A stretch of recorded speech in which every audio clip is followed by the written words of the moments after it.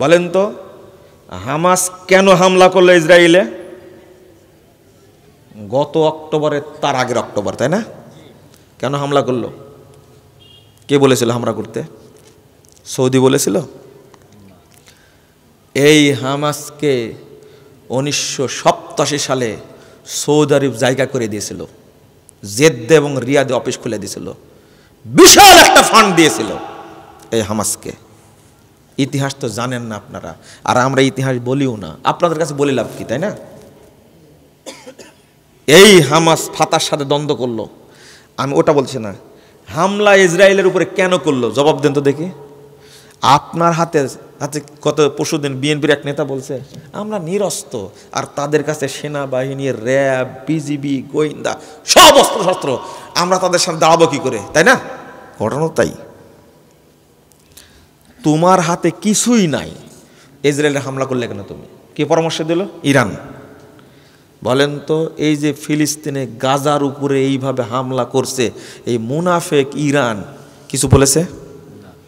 আর Erdogan 1 নম্বর মুনাফেক, চাপাবাজিতে first. কিছু করেছে? আমেরিকার ইশারা ইঙ্গিত ছাড়া এরদোগান কিছু করতে পারবে? চাপাবাজি চলে না, বাস্তবতায়। আজকে কই হিজবুল্লাহ? আপনার দুলাভাই হিজবুল্লাহ কই? আপনার দুলাভাই তালেবান কই? এতগুলো লোককে যে মেরে ফেলছে, আপনার দেশ থেকে চিৎকার করছেন। আমার প্রশ্ন উত্তর দেন দেখি। এই হামাসের বন্ধু হলো 1 নম্বর বন্ধু হলো ইরান, 2 নম্বর বন্ধু হলো হিজবুল্লাহ, 3 নম্বর হলো হুতি, ইয়ামেনের হুতিরা, 4 নম্বর হলো বাশার আসাদ, 5 নম্বর হলো তালেবান। এরা কই? সৌদি আরব সহযোগিতা করবে দেখে? সৌদি আরব কেন সহযোগিতা করবে? আমাকে ও জবাবটা দেন। হামাসের সাথে সৌদি আরবের কোনো সম্পর্ক আছে কি? কেন সৌদি আরব সহযোগিতা করবে? কুয়েত কেন সহযোগিতা করবে? আরে সৌদি আরব সহযোগিতা করেছে সিরিয়ায়, সৌদি আরব সহযোগিতা করছে ইয়ামানে। তুমি তোমার বন্ধুত্ব পাতাইছো হিজবুল্লাহর সাথে, যেটা মক্কা মদিনার দুশমন। তুমি বন্ধুত্ব পাতাইছো সিরিয়ার বাশারের সাথে, যেটা মুসলমানদের শত্রু।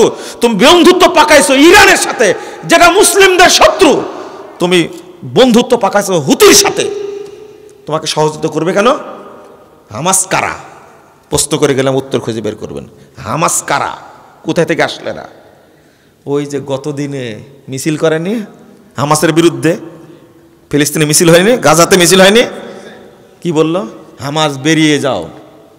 আপনাকে বলতে পারো বেরিয়ে যেতে? বাংলাদেশের কোন দল আপনাকে বলতে পারো তুমি বেরিয়ে যাও? আপনি বাংলাদেশি না? গাজার লোক কেন বলল হামাস বেরিয়ে যাও? উত্তর খুঁজবেন। এরা কোথাকার? এরা কারা? তুমি হামলা করলে কেন? ইরানের পরামর্শে, হিজবুল্লাহর পরামর্শে হামলা করলে কেন? এদেরকে চিনেন না আপনি? সিরিয়ার মতো একটা দেশ যখন জয় হতে যাচ্ছে, বিজয় লাভ করবে, সেই সময়ে ইসরায়েল আর হিজবুল্লাহ যুদ্ধ বন্ধ করে দিল। ইরান, হিজবুল্লাহ, ইসরায়েল মিলে সিরিয়াকে ধরার জন্য আগালো। খেয়াল করেছেন আপনি? কলম লিখেছে ইংরেজিতে, আরবিতে, বাংলাতে অনুবাদ হয়েছে। আমাদের কথা না পড়ে দেখেন আপনারা। ওরা জাতে মাতাল তালে ঠিক। আপনি বললেই হলো মেনে নেব? আপনি তালেবানকে জামাই মনে করতে পারবেন, আপনি তালেবানকে দুলাভাই মনে করতে পারেন, আমি পারি না মনে করতে। আমি তাদেরকে চিনি, আমি তাদেরকে বুঝি। আপনি সিলের মতো চিল্লালেই হবে? আল্লামা আতিকুর রহমান কাশ্মীরি, তিনি কাশ্মীরের একজন রাজ পরিবার সাথে জড়িত। তিনি এসেছিলেন এই দারুল হুদায়, বক্তব্য কেউ কেউ শুনেছেন, গেছিলেন মনে হয়। আল্লামা আতিকুর রহমান কাশ্মীরি পরের দিনে নরসিংদী গেলেন, যাওয়ার পরে তালেবানদের সম্পর্কে স্পষ্ট বলে গেছেন। তালেবানরা কারা? এই আফগানিস্তানের আহলে হাদিসদের যত মসজিদ, সব মসজিদ তালা লাগা দিছে, নামাজ পড়তে দেয় না। মাদ্রাসাগুলো সব বন্ধ করে দিয়েছে। অন্তত 600 আলেমকে তালেবান হত্যা করেছে, যারা আপনাদের দুলাভাই নাহলে জামাই, তাই না? আপনি বললে হবে জীবন কতদিনের? জীবন কতদিনের? এমনি যদি মরে যায় আজকে, কেউ খোঁজ নিতে যাবে? মেরে ফেলেন, যায় আসে না। কিন্তু হক বলবো, একদিন প্রমাণ হবে ইনশাআল্লাহ, একদিন বুঝবেন আপনি। বলেন তো, ইসমাইল হানিয়া মারা গেল, ইরানে গিয়ে ইসমাইল হানিয়াকে মারলো কেন? ইরান কি জবাব দিবে? উত্তর দেন। হামাস প্রধান গেল ইরানে, ইসমাইল হানিয়াকে হত্যা করলো কে? তুমি কেমনে নিরাপত্তা দিলে? আমেরিকাকে বলো ট্রাম্প যদি আক্রমণ করে জবাব দেওয়া হবে, ছিড়িও তুমি ওর। চাপাবাজি যুদ্ধের ক্ষেত্রে চলে না, চলে শুধু মুসলিম উম্মাকে বিপদে ফেলার জন্য এই অবস্থা করছে। কথাগুলো খুব কষ্টে বলে ফেললাম, বুঝতে পারলেন? কষ্টে বলে ফেললাম। চাপাবাজি করবে কেন? তুমি কি করতে পারবা? আমেরিকা তুমি কি করতে পারবা? ইউরোপ আমেরিকা মিলে রাশিয়ার কিছু করতে পেরেছে? কুষ্টি সব এক হয়েছে রাশিয়ার বিরুদ্ধে, কি করতে পেরেছে? অথচ আজকে ইরান, তুমি ইসরায়েলের সাথে পারছো না, ইসরায়েলের সাথে পারছো না, আমেরিকার সাথে পাল্লা দিবে। চাপাবাজের একটা সীমা আছে। ইসমাইল হানিয়া গেল তোমার দেশে, হামাস প্রধান, তাকে হত্যা করলো কি করে তোমার দেশে? ইরানে জবাব দিতে পারবে? এখানে চিন্তা করেন একটু। কালেমা আল্লাহ শব্দ বলতে পারবে না, কারণ আল্লাহ শব্দে একটা মান আছে, একটা মর্যাদা আছে, এটা পবিত্র শব্দ। আপনি কেন, আচ্ছা বাথরুমে গিয়ে কি বলা যায় আল্লাহ শব্দ? বলেন তো, পড়া যাবে? আল্লাহুম্মা ইন্নী আউযু বিকা মিনাল খুবুসি ওয়াল খাবাস, বাথরুমে ঢুকে পড়া যাবে? আজানের জবাব দেওয়া যাবে? খেয়াল করেন, বাথরুম কিন্তু শিরিকের জায়গা না। খেয়াল করেন, আপনি বুঝেননি মনে হয় কথাটা। বাথরুম কিন্তু শিরিকের জায়গা না, অপবিত্র জায়গা। সেখানে পেশাব পায়খানা করেন, ওখানে গিয়ে আল্লাহ শব্দ উচ্চারণ করা যাবে না, অপবিত্র জায়গা। তাই আর যেখানে শিরিক আছে, আপনি বাজার পূজা করেন, পীর পূজা করেন, খানকা পূজা করেন, মূর্তি পূজা করেন, বলেন জনগণই সকল ক্ষমতার উৎস, এত অপবিত্র আত্মা নিয়ে মুশরিক অবস্থায় আল্লাহ শব্দ বলতে পারবে? বলতে পারবে না। এই বক্তব্য কে বুঝবে, কাকে বুঝাবেন আপনি? আপনি দেখেন মিশ্রণটা কিভাবে হয়েছে। আপনার বয়স এখন 55 বছর। কত? এখানে ফজর সালাত পরে অটো নিয়ে রওনা দিচ্ছেন। কি নিয়ে? অটো নিয়ে রওনা দিচ্ছেন। সামনে কি বাজার যেন দেখে আসলাম? গজবতখালী বাজার। কত করে ভাড়া নেয়? 5 টাকা 10 টাকা ভাড়া নেয়।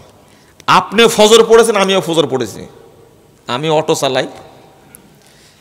তো আপনি অটোতে উঠলেন, বাজারে গিয়ে নামা দিলেন, আমাকে 10 টাকা দিলেন। কয় টাকা দিলেন? 10 টাকা দিলেন। 10টা টাকা নিয়ে চমুকে ব্যান্ডেল, আস্তে কথা বলেন, এই যে ঘষাঘষি করলাম একটু, এবার পকেটে রাখলাম। আপনি বলেন এবার আপনার ঈমান আছে কিনা বলে যাবেন। আজকে কি হয়েছে? হারাই গেছে। থামেন থামেন থামেন, ঈমান তাহলে হারাই গেছে, ওয়াজ করে লাভ হলো না। আপনি আপনি আপনি একটু চিন্তা করেন বিষয়টা, একটু ভাবেন তো। আচ্ছা, যে লোকটা কোনোদিন ওযুই করেনি, তার ওযু ভাঙবে? হ্যাঁ, হাসছেন কেন? বুঝেন আগে ভালো করে। যে কোনোদিন ওযুই করেনি, তার ওযু ভাঙার সম্ভাবনা আছে? হাসেন না কিন্তু, বুঝেন। যার মধ্যে কোনোদিন ঈমান ঢুকেইনি, তো ভাঙলো কখন?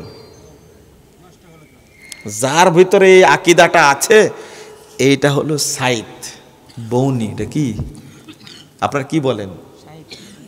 সাইদ বলেন না? এই টাকাটাই হলো বরকতের টাকা।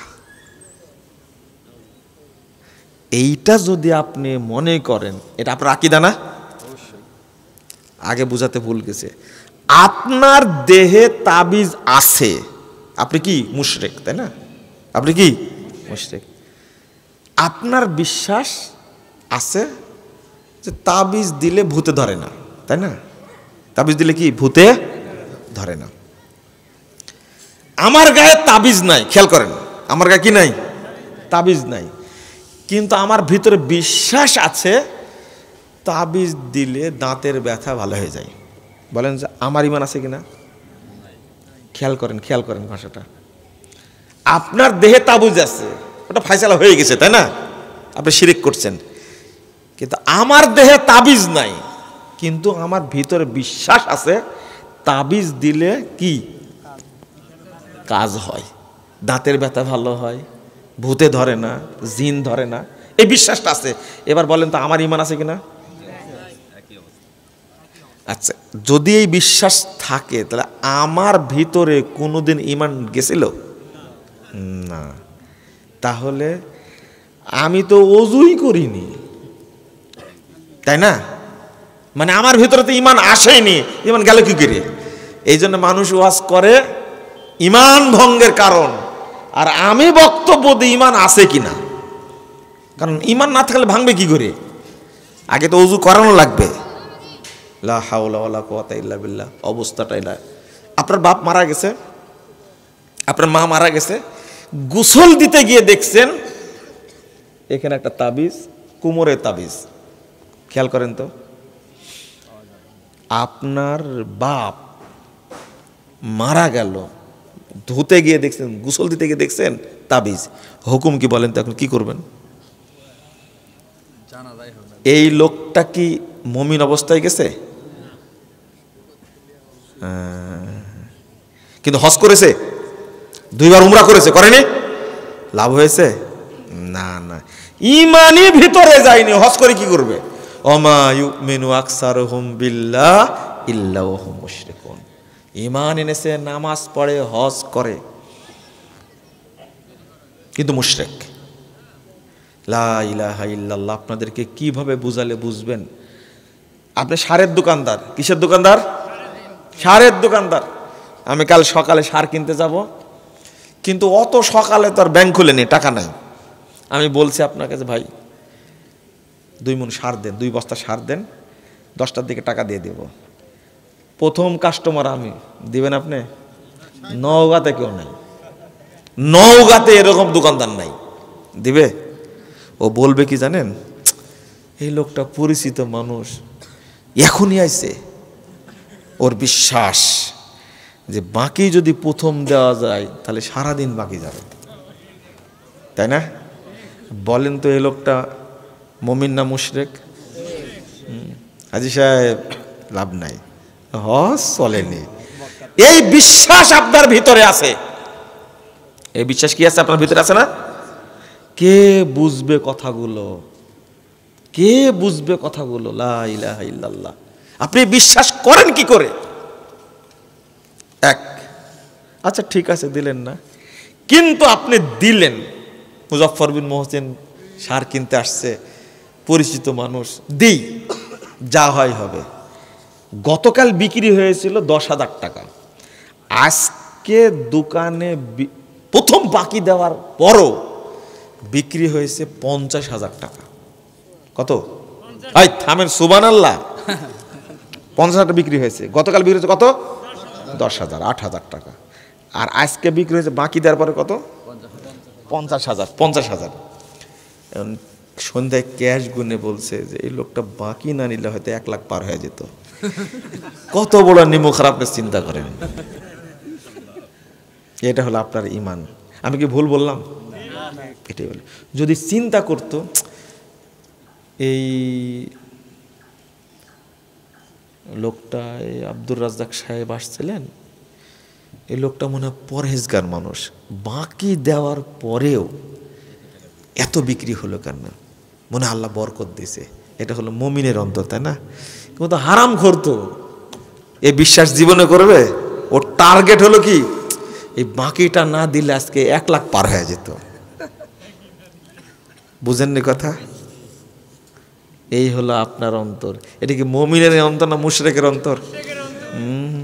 ও আল্লাহর বরকতকে পছন্দ।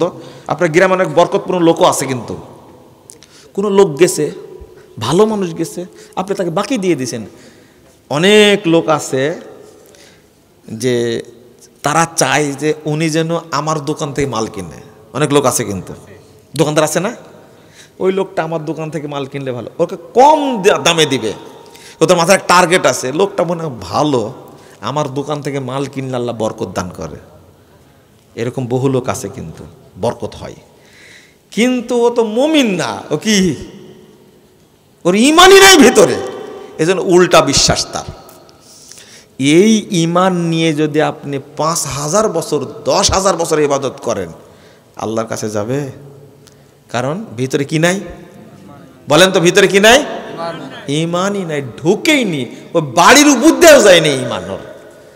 কিন্তু নামাজ পড়ে, তাহাজ্জুদ পড়ে। আল্লাহ যেন আমাদের বুঝার তৌফিক দান করে।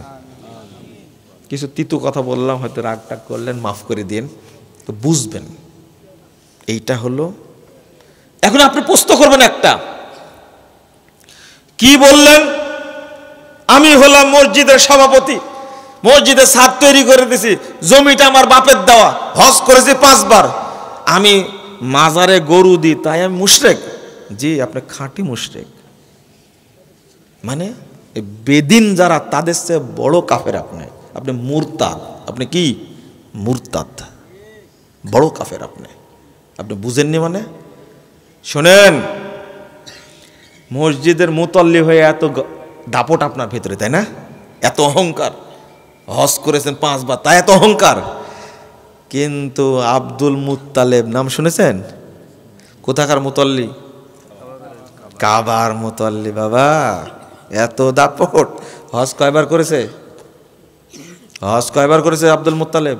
প্রতি বছর হজ করত, সারা পৃথিবী থেকে যত মানুষ যেত হজে, ফ্রি খাওয়াতো, কাবা ঘর পবিত্র রাখতো, তফ করতো, ছাপা মারা সাই করতো। যখন আব্রাহা ভাঙতে গেল কাবা, আব্রাহার লোকেরা আব্দুল মুত্তালেবের উটগুলো নিয়ে পালাই গেছে।